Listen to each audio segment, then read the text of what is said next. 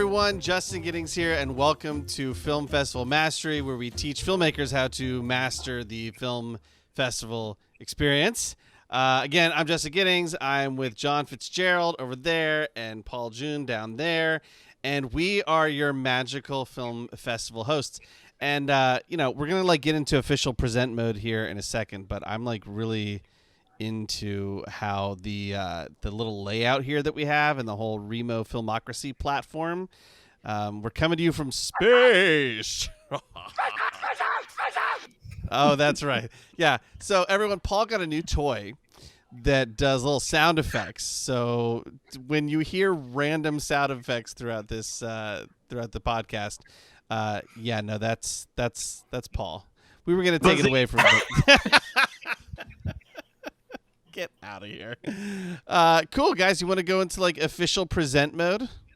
I thought we were gonna hear a cool space sound first. Oh yeah, Paul, weren't you gonna do a space sound? Come on, man. Oh, that the one time we needed you to do something with your toy. But we have to dance. All right. If you don't dance, it doesn't make sense. Isn't there a DJ up there? That's nice. This is good. This is good. This is how all podcasts should be. Officially decreed it. All right. Well, let's get into today's subject. We're talking about the new sort of subscription membership service that we're seeing arise in the industry. Paul, I know you've got your eyes on that. I, as a filmmaker, have my eyes on that and got some questions about that too. And I'm sure John has opinions. We'll let him talk also. All right, let's rock and roll. All right, we're in present mode. Let's dive in. So actually, I'll let you two talk. John, you actually were the one that brought up the subject. So do you want to kind of lay out the scene and then we'll get into it? Yeah. I'm just going to give kind of a little backstory. And then I think Paul's actually got a lot more to add than I do, because frankly, this is what he does now in his virtual festival space. Sweet. But with memberships, film festivals, for the most part, we're starting these as an opportunity to essentially brand themselves in the off season. You have this big flagship event that goes on a certain time of year, usually over a week. And then what are you doing for the rest of the year? So occasionally there'd be quarterly screenings. In Santa Barbara, we did monthly screenings. So you pay a membership fee. You get to come to that screening for free. If you bring a guest, you pay a fee. So everyone's a little different. We did one in Naples that had a lot more opportunities. But to be honest, it was more about branding and being in the eyes of the community for these regional festivals throughout the year. And yes, it was another revenue stream if you have a lot of people paying membership dues. But I think that there's been a little bit more of a shift to peer revenues. Right. And so I'm going to let Paul talk about what he's seeing with these new trends. But and certainly, Justin, we learned a few things in December about what some of the bad boys are doing that isn't very helpful to filmmakers. Very naughty. There's very naughty things that are happening. Yeah.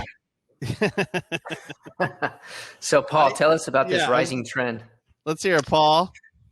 Yeah. So we're seeing a lot of festivals starting to see the potential of going online. The once stalwart, physical-only, elder statesmen festival directors are now like, hey, there's the internet. And now that they're in, they're seeing oh, it's not just a virtual festival I can do online. Maybe I can have some streaming just year-round. Maybe I have my own streaming platform. We have festivals that are asking us if we can build them a streaming platform. The answer is no. But you can be part of ours. But on the smaller scale, you have people who are asking, well, can we just have a private channel then? Because we have some specific films that we have good relationships with our filmmakers, and they want to continue allowing us to show those films to members. Maybe they're, for example, San Diego Film Festival now has a San Diego Film Club that they've started, and you can pay monthly or annually, and it gives you access to this collection of movies that have been at previous festivals, and also the events that they host, whether there's Q&As or cocktail hours or what have you.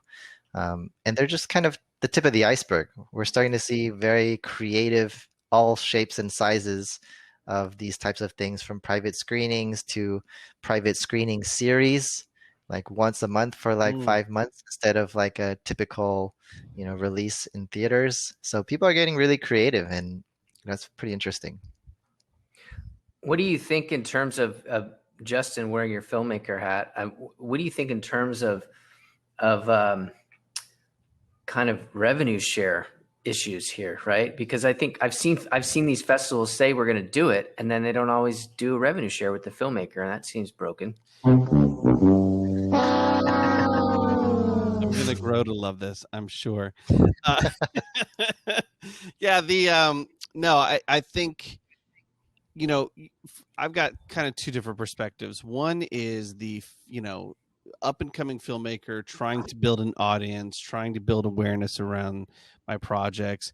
And thus that really appeals to me, like that kind of model where a trusted, festival is sort of curating this content and I'm a part of it and people care enough to pay for it.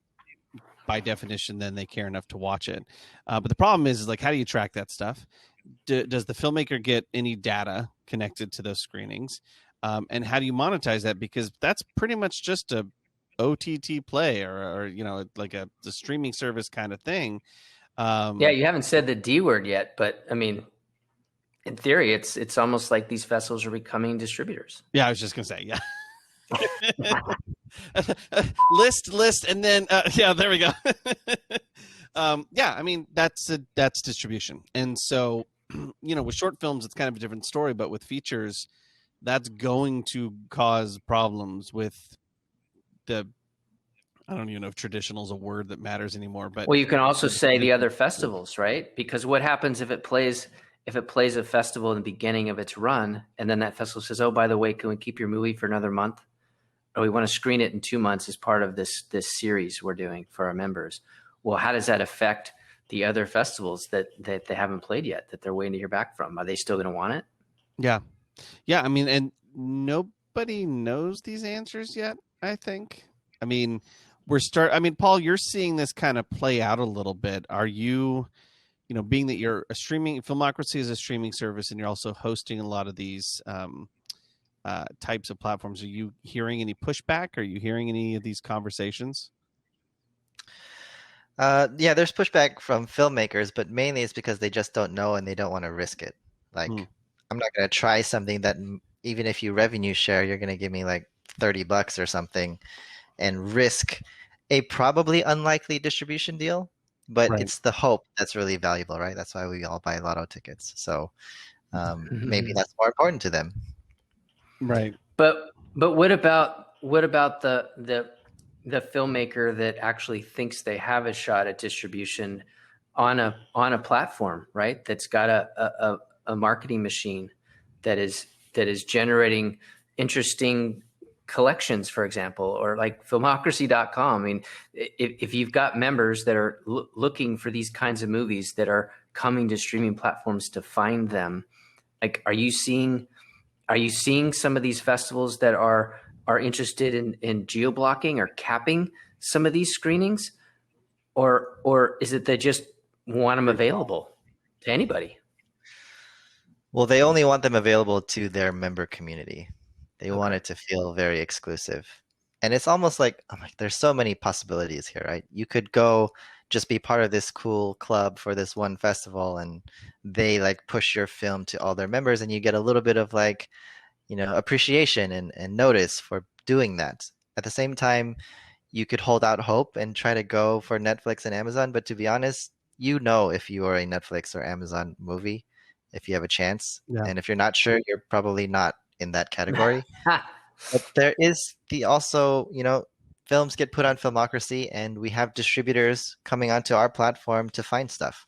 And then they will make an offer, and the film will leave the platform. And for us, that's mission success. We're very happy to have films get paid to go on other platforms. Even though they get paid on ours, we're just doing straight distribution to get an MG that's meaningful for a lot of Yeah. people. So there's a lot of options. Yeah, we talked a little bit about this today, Justin, on one of our coaching calls. The whole idea of digital marketplaces, if you will, right? You got Rights Trade, you got Vueler. We've been talking to Vueler Paul and I have been talking for a while about creating a marketplace, a directory for these films that come off the festival circuit. Where are they going to go? Right. Certainly, we hope that they, a lot of them come to Filmocracy. But to Paul's point, if our goal is to support the independent film community, Paul's going to cheer them on if they go get an MG from somewhere else, or if Right. one of the several thousand distributors on Vueler are finding this movie and then taking it into other territories. Yeah, that's a good thing, right? And hopefully Yeah. they'll end up on Filmocracy too. But it's all about exposure, right? Yeah, I think. Can you guys hear my daughter being murdered in the background? Do you hear the screaming toddler sounds? Okay. No, that's my recording. I was just That's my going to say, is that it's your sound? We'll just blame it on your little sound box that you got going on. Yeah, I completely lost my train of thought too, because she literally sounds like she's being. Well, I was just saying that we're all about trying to help filmmakers generate exposure. Yeah. Oh, and Paul, you were talking about the fact that, like, knowing when you're a Netflix or an Amazon or like a top tier distributor film, I think most of the time filmmakers have a good sense of that. But if you're not getting into that tier, there's a whole range of options when it comes to distribution, self-distribution. Well, I think a lot of our audience knows like the kind of different things that are out there. So, TVOD, SVOD, all that kind of stuff. And so it's finding out like where is John. It goes back to what we talk about in the Film Festival Mastery course, which is like, what are the ultimate goals? And so if, the goal was to get that top tier distribution and that didn't happen, I see a lot of value of being in a curated space. I mean, Sundance Channel, that's what that is, right? Like, it's just now that the internet is here, it doesn't have to be a full-on TV play. It can be this sort of streaming play. And what I like about what Democracy does is it helps, it's connecting. Or Vueler, we were talking about Vueler, obviously two different types of services, but the idea that you've got people running companies that are happy to connect filmmakers with buyers. And what I'm really curious about too, though, is like, when are these distributors going to like get on board that like maybe they don't get to be the first one out of the gate every single time, because like it's so there's so much content, there's so much noise, there's so many different channels, and I think in the past we had this small group of distributors. They could charge an arm and a leg. You would never see a profit from it anyway, because of the way that the model was set up and all that kind of stuff. And now it's like I think there's some healthy competition against that model. And so I want to see distributors start going, you know what, it's cool that you were on San Diego Film Club's streaming service, private streaming service.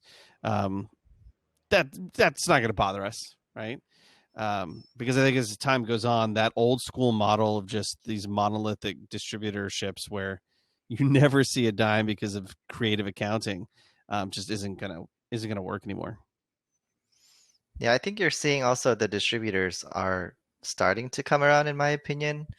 And, I don't think people think about this enough of how difficult of a job it is to be a distributor, because you think like, oh, wow, they have all this power. They just get to pick from all this stuff and be kingmakers. But there's so many costs involved that, it sounds like it's cheap to put things on the internet to stream stuff, but there's actually a lot of infrastructure costs and data costs that even we as Filmocracy have to deal with.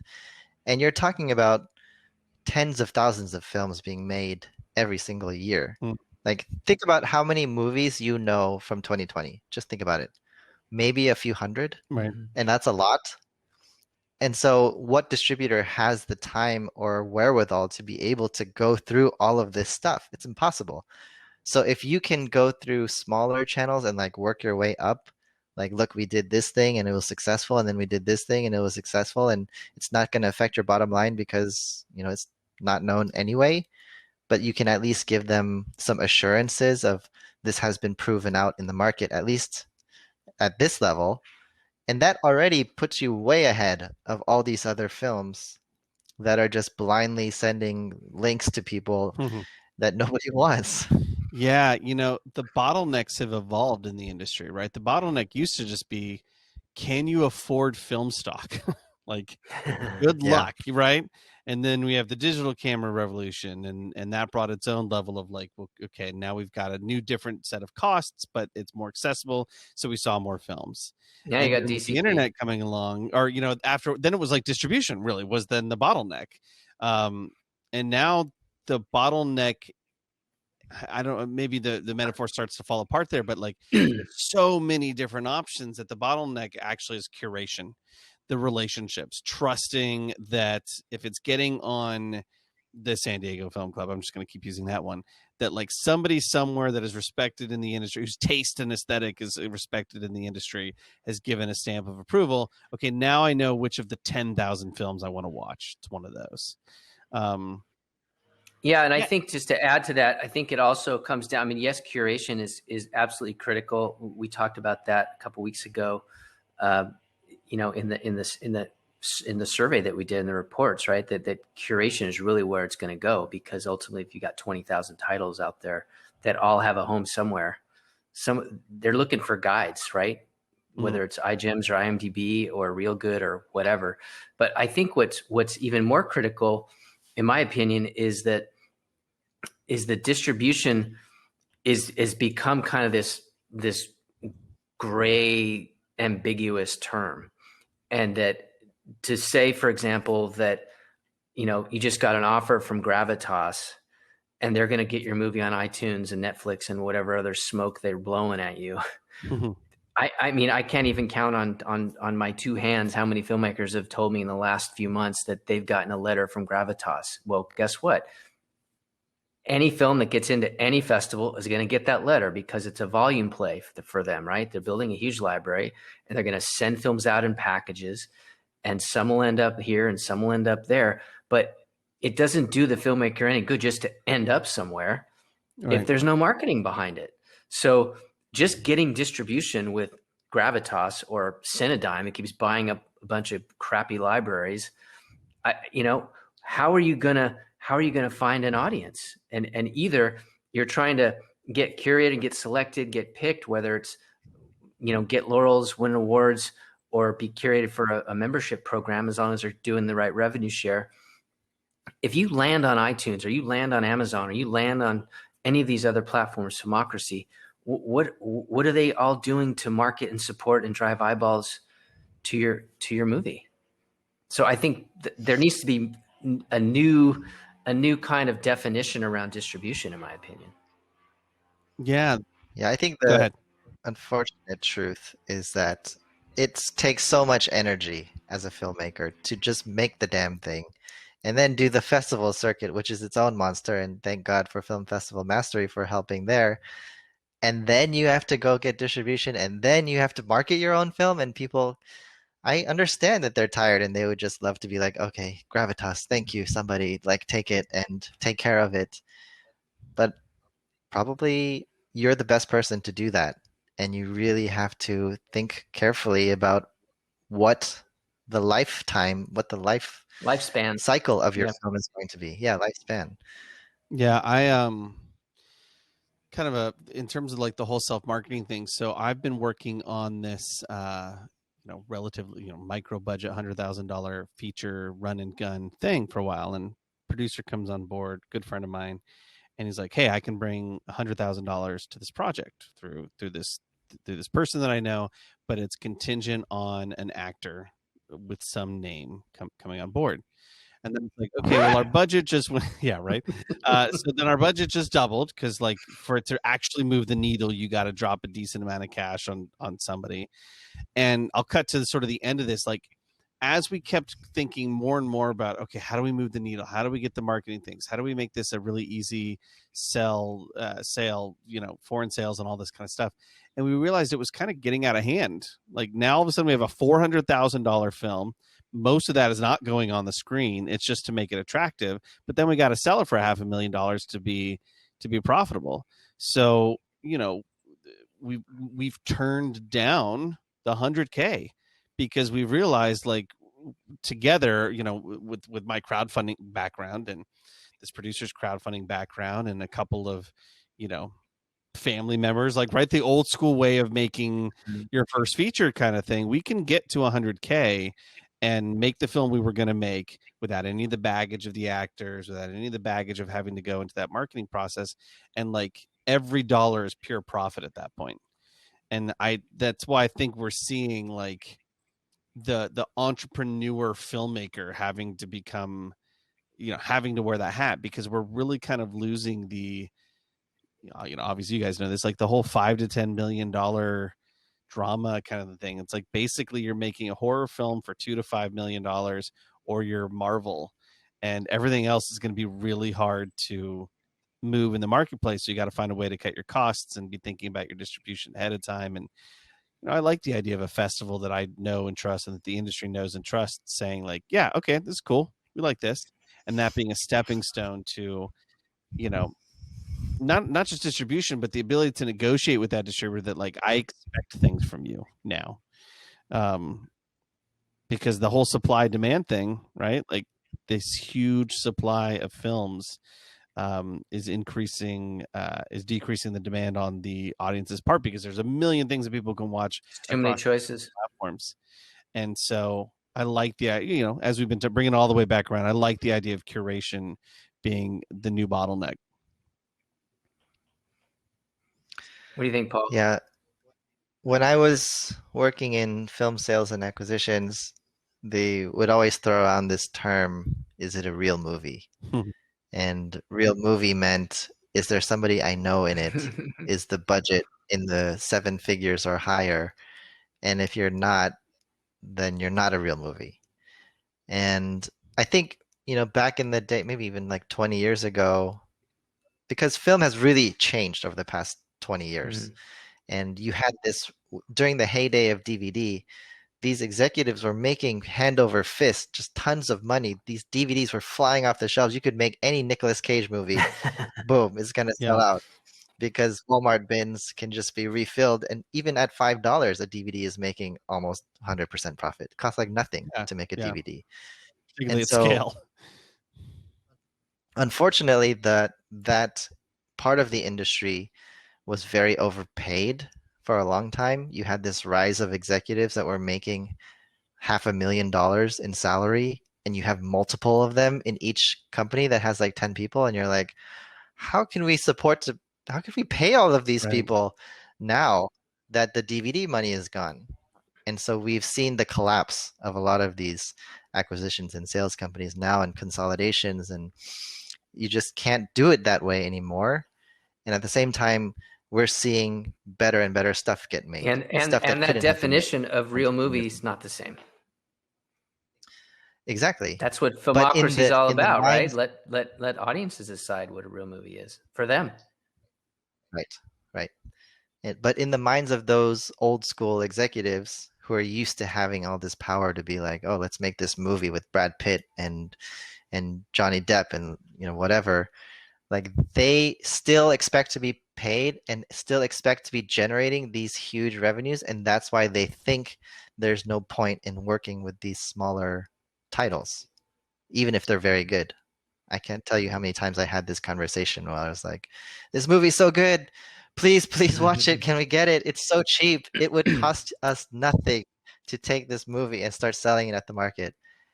And it was just like, no, not worth our time. Yeah, that's what it's like. It started like we started playing that game, and already we were at like $400,000 budget. None of that additional money actually going into the creation of the art. It was just, well, we better have this box checked, and now we got to get legal, and we got to get all this kind of stuff. Whereas we can go out now and make a film and like profiting 100, on 100K. And I realize that's kind of a unique situation. Most features can't be made for that, but I would suggest to the filmmaker who has the long game in mind is, go make the film that you can make for 50 to 100K. Get that experience, go through the process. There's a world where you can be profitable on that. Even selling your own DVDs. This producer is a longtime friend of mine. Like sold $150,000 of DVDs on Amazon just from doing marketing stuff, just doing the work of like learning how to do Facebook ads and learning how to do the marketing and stuff that a lot of times these traditional distribution companies either aren't doing, or they're doing as part of like a much bigger package, and you're losing that kind of intimacy, and nobody's ever going to care about your film the way you care about your film. So yeah, it's interesting. Right. I feel like we're in a transitional time, and COVID just kind of made it happen faster. Like, Yeah. okay, well, I guess this is the new world. How do we survive and adapt when people, like, the theater is dead? Like, people didn't go to theaters last year, and so forth.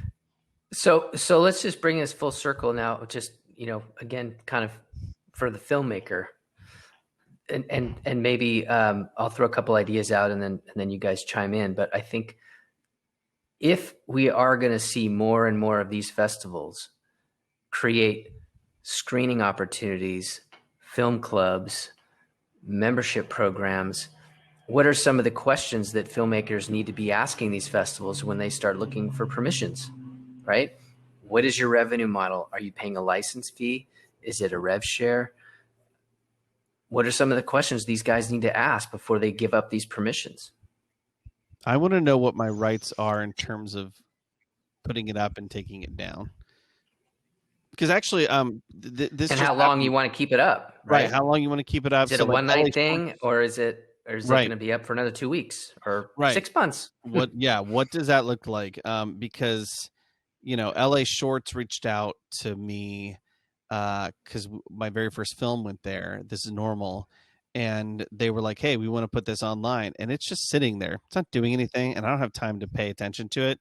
And it already had its distribution cycle with Guy MTV. Like, it's just sitting there, and I thought, well, great, we'll have an audience. I'll put it out there for somebody to look at it.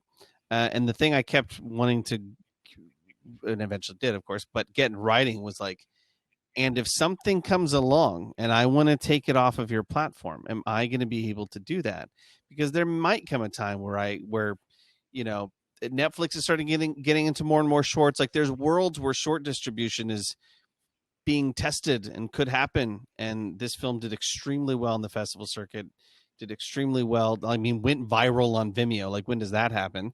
And so there's, one day I might want to take it off. And so that's what I wanted to clarify. It's like, what is my control over this? Am I handing it over to you, or is this just a place for a less elegant way to say it, like a place to park it for an indefinite amount of time, or what is it? So that's what that data, obviously payment terms. But for me, Yeah. What about the data? What about the data, Paul? Is that data something that from this one? Is that something that we talked a little bit about that with Filmocracy Fest, but is that something that we need to create a new paradigm around? I mean, it seems like that's a pretty cool thing to be offering. And, when we did the survey, a lot of festivals just very honestly said, we don't have time to figure that out. Yeah. I think a lot of people love saying data because it's a nice word to say. It's so sexy. What does it mean, really? And if the data is not meaningful, it doesn't help you, right? So if I just have some viewership data and I don't even know what the completion rate of my movie is, all I know is this many minutes were watched, or all I know is this many people clicked on it, that doesn't help you at all. But if you have some other information like completion rate, or if there's a survey of some sort that comes after, or a rating system or a review system, something to get you things that you can show somebody and they'll be impressed. Right. Yeah, well, I would That's think data. like, what if, like, for example, if you knew the age and sex, like, those are two pretty important elements, I would think. If you had a film that was playing to a community as part of a membership organization that played to, whatever, 5,000 people, and you could break down, the feedback, and maybe they're even getting ratings, like on Filmocracy, people are rating, right? So that's valuable. I'd love to see a button that's like, notify me of, like, a one button way to get on a filmmaker's mailing list, in a sense. Like, did you like this film? Do you want to know when the I want next to see film my comes next out? one. Boom, click. And then that email that's part of the membership gets funneled to the filmmaker, or gets funneled even to like a certain dashboard. Even if you wanted to hash that data and nobody saw it, there's a a built-in dashboard / mailing list that even if you don't have their actual content, like email or whatnot, you can still send out content about the film and updates about it and that kind of thing. Little widget. Yeah, I think that would be helpful. And I'm not to move on to a completely different topic, but I do think one of these podcasts should cover this idea, which is, I think, correct me if I'm wrong here, Paul, but the whole idea is if you're collecting information and user preferences that can inform future decisions around what's working and not working. If a filmmaker's got several different ideas and they're looking for funding and they're looking for an audience, and you have this information that could inform the choices they make for their next project, right? Yeah, I mean, you really have to like think of it from the financier side or the distributor side. Like it used to be, I don't know if it still holds true, but when you would go to the Weinstein Company and you had a project you were pitching to them, they would ask you to write your name, and then the next line is your social media reach. And it's an interesting thing because they're kind of like an old school company. The Weinsteins use their gut to determine things a lot of the time, but at the end of the day, like they decided this was one metric that we could rely on to sort of filter through or weed out make some of the decisions for us. And so if you can get that data, super helpful. You can give that to them and they may not even realize that that was possible. So, you really got to be creative with it. Another thing that I would add about what you can get from a festival that's trying to put you on their channel, what are the more like, I would say, less tangible aspects that you can get out of it? Is this helping you build a relationship with that festival? So maybe in the future, your future films can get in there easier or have a better screening time, or they'll maybe highlight you in a newsletter or something. Like it's all relationship based. So don't squander that opportunity, and also try to leverage that because that's something that they can give you that doesn't really cost money. If I, mention you in our email, or if I talk about you in a panel, like those are all things that you could hope for that aren't necessarily monetary value, but the monetary value you're going to get from these really small film clubs anyway is not that much. Right. That's a good segue. Back to you, Justin. In one of our coaching calls today, we had some good questions that we were going to bring up. And one of them was, in fact, about kind of past festival relationships and how relationships are meaningful. And I think there were a couple of questions that we had thrown at us today. Justin, do you have a question we were or two? the one of them. So with Film Festival Mastery, the sort of main basis of the program is we've got the sort of training aspect that gets everybody caught up to speed of like how to do festivals, how to maximize that process and so forth. But really kind of the win of the program is that it's got these ongoing group coaching calls. So every first and third Tuesday, we get on with our students and we just answer questions. And so we're we're sort of figuring out how we want to fold that into this podcast, but we were kind of thinking about the ideas like maybe we just bring you guys some of the questions that our members are asking and share with you sort of what we shared with them in terms of an answer. And one of the ones that I saw was this one from Brian Steele where he asks, one of my main goals with my short is to get something out of this, right? Representation, agent, manager. And he asked, should I start cold emailing my link to the film to like agent manager types even before the festival run? Is this a good or a bad idea? And we landed on bad idea to do it before the festival run. John, you want to talk about why? There we go. Yeah, there are a few reasons why. I think, just traditionally, a strong producer's rep would always recommend that buyers see the film in a festival, because obviously they're seeing it on a big screen with an audience, and you make all the distributors see it at the same time. So if there is an opportunity for a purchase or a bidding war, that gives you the most leverage. You don't want to send a screener or DVD or something, the kid's throwing the spaghetti across the room while dad's trying to watch it on his computer screen. So I think seeing it in that format, of course, things are a little different now. So we have to recognize that.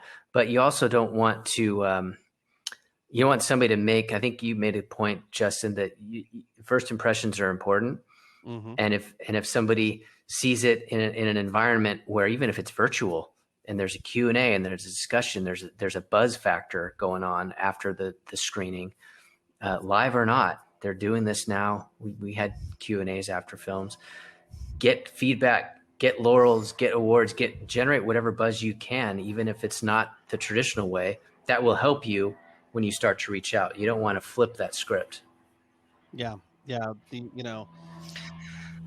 That first impression is so important, and if you're going to send out a screener link, I was talking about this in the coaching session, was like, at the bottom there's going to be this little Vimeo there's going to be a little square, a little preview of wherever this link is going, and it's just easier to click on that link when it's got little laurels on it, like little tiny bits saying somebody somewhere thought this was okay. It's just, you're thinking about basic marketing things like conversion rates. That's an easier thing to click on than a thumbnail that doesn't have it. And when you've got one chance to make that shot, I mean, you can go through the festival process and then not get the distribution that you want, or not have the festival experience that you want. And then you're right where you started, which is like, I don't really have any cool things to, like, third party validation, but I still think it's strong enough that I want to try to get representation out of it, or kind of get my name known out of it, get on people's radar. But if you do it before you have that opportunity, you're really just kind of taking a shot in the dark and hoping that they're into it. And we all know how unlikely it is for people to click on a link and watch 90 minutes of a movie just randomly out of nowhere. So you got to make it easy for them to say yes to that. I mean, I want people to think about from the agent's perspective. Okay, so I check my email. I see this link from a filmmaker I don't recognize. I get hundreds of them a day. I wish I never got them. I'm thinking about changing my email address because they keep coming even though I unsubscribe. It's annoying. And even if I did have the time to watch your film, I'm doing it while I'm simultaneously doing a million other things. I have your film on this screen. I have my email here. I'm like kind of watching. Right. My boss is yelling at me. Phone's ringing. This is not the environment you want for your film. And as amazing as your film might be, I mean, even if your movie was Titanic, if I'm not focusing on it, then it's just a boat movie. It doesn't really matter as much. It's just a boat movie, exactly, with some really great music. That's awesome. Yeah, okay. I see why we had to loop into Titanic. It was all leading to Titanic. This whole podcast was just to get to that moment. Let's be honest. That's why Paul put it together. I'm glad you felt like that was the culmination of my whole plan here. But actually, one more thing I want to add is you're not just trying to show this agent that you can make a film.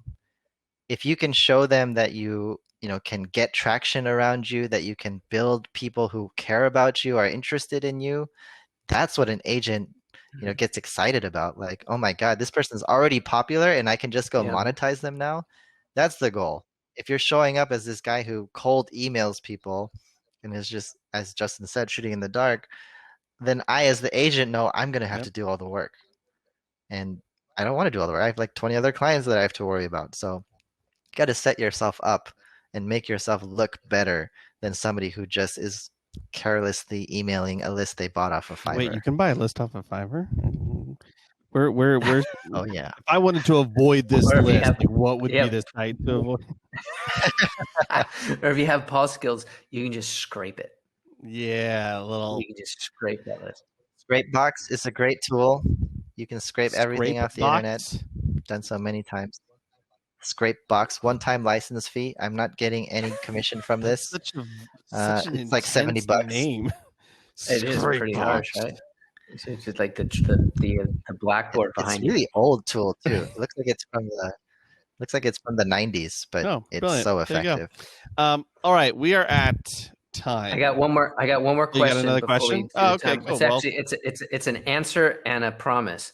One of the other questions people are asking constantly is, what are some examples about, films that got acquired out of film festivals, and what was their marketing campaign? And so we're pulling together a series of case studies. So we're gonna put those on iGems as a resource, and they'll be up by next week. And you'll see 3, 4, 5 films that will literally break down. Here's their budget. Here's who acquired it. Here's the festivals that played. Here's their marketing campaign. And I think it will be really, really helpful, because there is no one way, but these are examples, and there'll be a combination of different types of movies, some that you've heard of, some you haven't. But it's important that we've all talked about many times, is just do your homework and see what's working and what's not working, and ask a lot of questions. Yep, I 100% agree. That is an answer to all my prayers. No, I'm actually really excited to see those case studies, because you're right. There is no single path. Otherwise, somebody would have discovered it, and we'd all have a very clear path. But by understanding sort of the underlying principles of how these things unfolded, you can craft your own path that's specific to your own film and artistic voice and all that jazz. All right, shall we do a quick round of links, how people can find us and connect with us, especially if they're new? I'll start. So if you're into crowdfunding, you go to kickstarterguy.com. I'm taking that away from you next week. No, I won't. I want you to bring it always. So thekickstarterguy.com, also filmfestivalmastery.com. On April 1st, we are increasing our rates. John and I want to be a bit more hands-on, a bit more time intensive, and investing more time into Film Festival Mastery. So to be able to do that, we got to say no to other things. So the rate is going up on April 1st, which is like a Thursday. And knowing that this is probably not going to be out for like a week or so, I would go over to filmfestivalmastery.com/masterclass if you want to watch our free masterclass, or /program details if you want to just learn about the program. And that's it for me. For Filmocracy, you can just go to filmocracy.com if you want to watch and rate movies, earn some virtual popcorn that you can spend on gift cards, electronics, movie tickets, when that was a thing. Hopefully it'll be a thing again. If you want to learn more about how we host film festivals, you just put festival in front of Filmocracy. So festival.filmocracy.com. Awesome. And as the plane is flying over my house, so the easiest way to get a hold of me, obviously visit igems.tv, IGEMS.tv, which stands for Internet Guide to Engaging Movies and Series, for any of you paying attention out there. My email is jon@igems.tv. So feel free to reach out. Tons of resources there, and a weekly newsletter to tell you what to watch and where to watch it. So Brilliant. That's all I got. Brilliant. All right, gents, I will see you next week, where we will talk about awesomeness as it relates to film festivals and the industry, and Paul's soundboard, where he can. What sound have you got queued up? I see the smile on your face. Oh, there we go. Okay. Anticlimax. All right, peace, guys. Let's go ahead and end this. Everyone, we will see you next week. Bye.